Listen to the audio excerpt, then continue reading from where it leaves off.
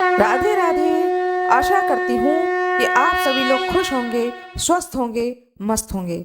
आज मैं आप लोगों को देवी भागवत पुराण की कथा का अध्याय 4 सुनाने जा रही हूँ।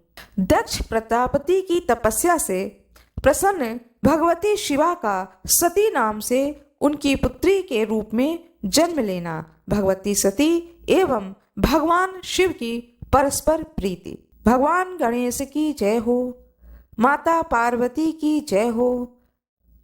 कृपया कमेंट बॉक्स में जय माता दी लिख दीजिएगा। श्री महादेव जी कहते हैं, अथै कदा जगत सृष्टा प्राह दक्षम प्रजापतिम हर्षयन् श्रृणु पुत्र त्वं वक्षे तव हितम वचः। एक बार की बात है, जगत की सृष्टि करने वाले ब्रह्मा जी ने दक्ष प्रजापति को हर्षित करते हुए उनसे कहा कि पुत्र, मैं तुम्हारे कल्याण की बात बता रहा हूं, तुम उसे सुनो। साक्षात भगवान शिव ने परमा पूर्णा प्रकृति की आराधना की तथा उन्हें भार्या बनाने के विचार से उनसे प्रार्थना की। इस पर उन प्रकृति ने वह बात स्वीकार कर ली है। अतः वे महेश्वरी कहीं न कहीं जन्म लेकर उन शिव को पति के रूप में अवश्य ही प्राप्त करेंगी, इसमें कोई संदेह नहीं है। वे प्रकृति जिस प्रकार आपकी पुत्री के रूप में उत्पन्न होकर शंभु की भार्या हो, इसके लिए आप अति कठोर तपस्या के द्वारा भक्ति पूर्वक उनकी प्रार्थना कीजिए। वे इस लोक में भाग्य से जिसकी पुत्री के रूप में उत्पन्न होंगी, उसका जीवन सफल हो जाएगा, उसके पितृगण भी धन्य हो जाएंगे। अतः इस जगत में उत्पन्न माया रूपिणी लोक वंद्या उन जगदम्बिका को पुत्री रूप में प्राप्त कर आप अपना जन्म सार्थक कीजिए। दक्ष जी बोले, पिताजी, मैं आपकी आज्ञा से निश्चित रूप से वैसा ही प्रयत्न करूंगा जिससे वे साक्षात प्रकृति रूपा जगदम्बा मेरी पुत्री के रूप में जन्म ले।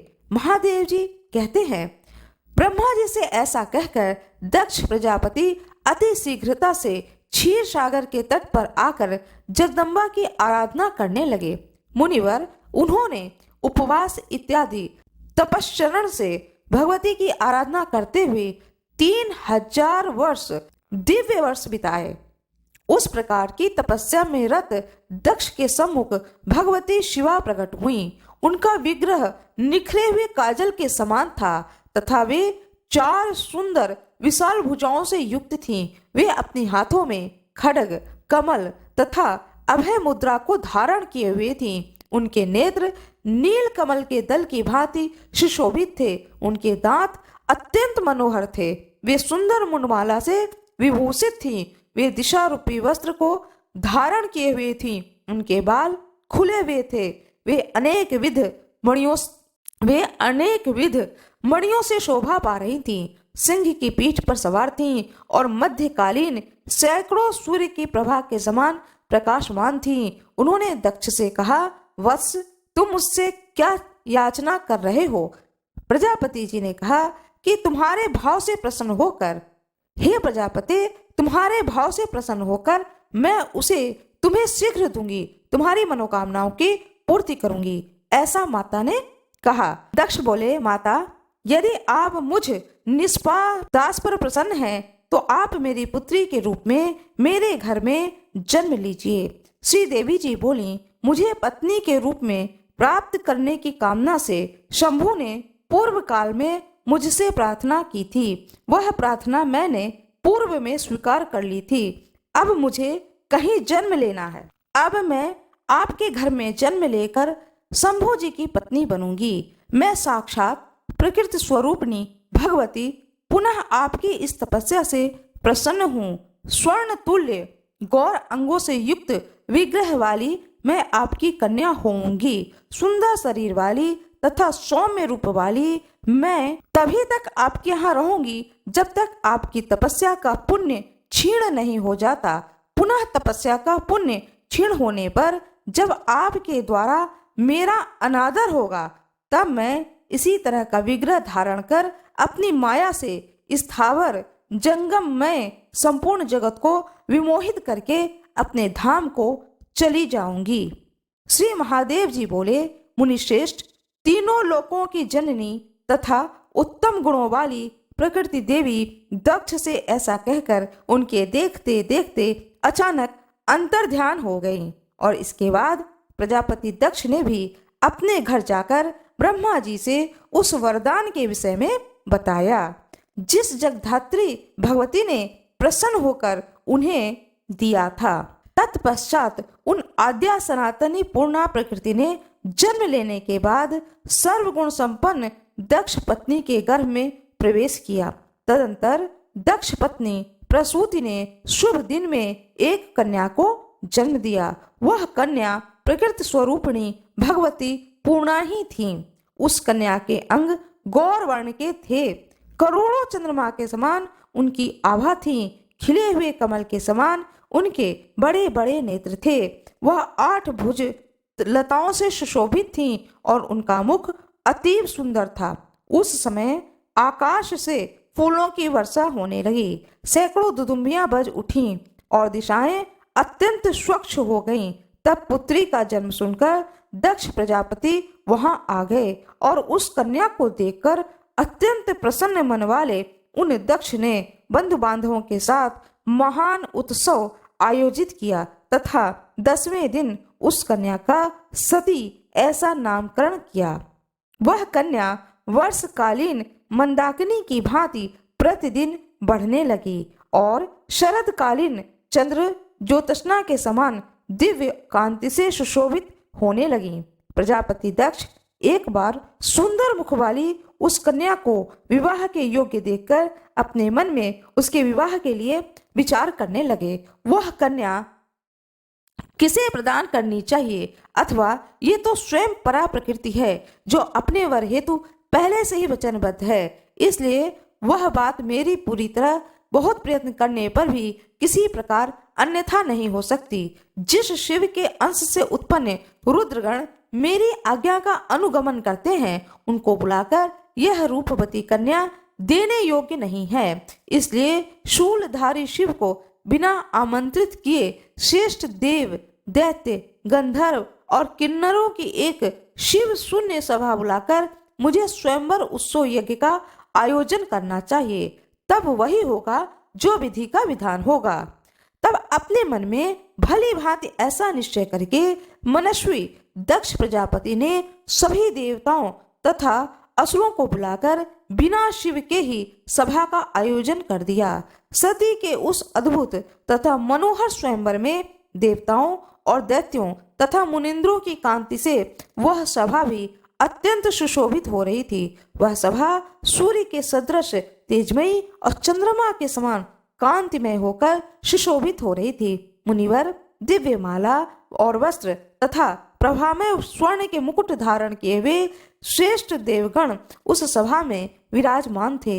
मणियों तथा स्वर्ण से सजाए गए उनके रथों, घोड़ों और हाथियों एवं विभिन्न वर्णों के ध्वजों, छत्रों तथा पताकाओं, इन सभी से सुसज्जित वह दक्षपुरी कांति युक्त होकर शोभा पा रही थी।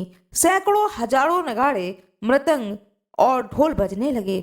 उन ध्वनि से सारा आकाश गूंज उठा। उस सभा में गंधर्व गण मनोहर गीत गा रहे थे। सैकड़ों हजारों श्रेष्ठ अप्सराएं आनंदित होकर नाच रही थीं। इसके बाद प्रजापति दक्ष ने शुभ समय आने पर त्रैलोक के सुंदरी उस कन्या सती को सभा में बुलाया। मुनि श्रेष्ठ मनोहर तथा कांति युक्त वह सती परम प्रसन्नता पूर्वक वहां उपस्थित हुई। वह सौंदर्य की प्रतिमा के समान सुशोभित हो रही थी। इसी बीच सर्वश्रेष्ठ महेश्वर नंदी पर सवार होकर वह वहां आ गए और अंतरिक्ष में स्थित हो गए। तदंतर शिव विहीन उस सभा को देखकर प्रजापति दक्ष ने अपनी परम सुंदरी कन्या सती से यह कहा, माता, ये देवता, असुर, ऋषि तथा महात्मा लोग यहाँ पर उपस्थित हैं। इनमें जो भी आपको अच्छा प्रतीत होता है, उस गुणवान तथा सुंदर रूप वाले को माला पहनाकर आप उसका वरण कर लें। उनके ऐसा कहने पर प्रकृति स्वरूपिणी देवी सती ने शिवाय नमः ऐसा कहकर वह माला भूमि को समर्पित कर दिया और वहां पर प्रकट होकर भगवान शिव ने सती के द्वारा अर्पित की गई उस माला को अपने सिर में धारण कर लिया। रत्नों से विभूषित समस्त अंगों वाली करोड़ों चंद्रमाओं के समान प्रभा वाली दिव्य माला तथा वस्त्र धारण करने वाली दिव्य गंधों से लिप्त शरीर वाले खिले हुए कमल के समान 3 सुंदर नेत्र वाले दिव्य रूपधारी भगवान सदाशिव सती के द्वारा प्रदत्त उस माला को धारण कर प्रसन्नता पूर्वक सभी देवताओं के देखते देखते उस स्थान से सहसा अंतर ध्यान हो गए। मुनि श्रेष्ठ, सती ने महेश्वर को माला अर्पित कर दी थी। उस कारण से दक्ष प्रजापति का उस सती के प्रति आदर भाव कुछ कम हो गया। इसके बाद मरीचि आदि अपने मानस पुत्रों तथा अन्य मुनीश्वरों के साथ वहां विराजमान ब्रह्मा जी ने सभी प्रजाओं के स्वामी दक्ष से बात कही। आपको इस कन्या ने देवा अधिदेव शिव का वरण किया है, इसलिए उन श्रेष्ठ महेश्वर को बुलाकर प्रयत्न पूर्वक वैवाहिक विधि विधान से अपनी पुत्री उन्हें दे दीजिए। यह वचन सुनकर और प्रकृति देवी द्वारा कही गई पूर्व बातों को याद करके दक्ष जी ने महेश्वर को बुलाकर उन्हें सती को सौंप दिया। महेश ने भी वैवाहिक विधान के साथ उनका प्रसन्नता पूर्वक पाणी ग्रहण कर लिया। इसके अनंतर ब्रह्मा, विष्णु और नारद आदि ऋषिगण वेद वाक्यों के द्वारा उन स्तुति प्रिय शिव तथा शिवा को स्तुति से प्रसन्न करने लगे। सैकड़ों हजारों दुदुम्बियां बजने लगीं। सभी देवता, गंधर्व तथा किन्नर अत्यंत प्रसन्न हो गए। जटा तथा भस्म धारण किए हुए विश्वेश्वर शिव को देखकर दक्ष प्रजापति के चित्त में बड़ी व्याकुलता छाई हुई थी और वह मन ही मन सती को भी कोस रहे थे। तत्पश्चात सभी लोकों में एकमात्र सुंदरी सती को साथ में लेकर महेश्वर हिमालय के अत्यंत सुंदर शिखर कैलाश के लिए प्रस्थान कर गए। मुनिश्रेष्ठ, महादेव के साथ सती के चले जाने पर दक्ष प्रजापति का दिव्य ज्ञान विलुप्त हो गया। इति श्री महाभागवते महापुराणे श्री शिव नारद संवादे सती विवाह वर्णन नाम 4th अध्यायः। इस प्रकार से यह कथा भगवान शिव और सती के विवाह की कथा पूर्ण होती है। कहा जाता है कि जो कोई भी भगवान शंकर और माता पार्वती की विवाह की कथा को सुनता है, उसके शादी विवाह में कोई भी व्यवधान हो तो वह व्यवधान दूर होती है और भगवान शंकर और माता पार्वती की कृपा से विवाह शीघ्र होता है। आशा करती हूँ कि आप लोगों को यह कथा अच्छी लगी होगी। कृपया वीडियो को लाइक जरूर कर दीजिएगा। लाइक करने में आप लोगों का कोई नुकसान नहीं है। कमेंट बॉक्स में जय माता दी लिख दीजिएगा। चैनल को सब्सक्राइब कर दीजिएगा। बेल आइकन दबाना ना भूलिएगा। आप लोगों का बहुत बहुत धन्यवाद।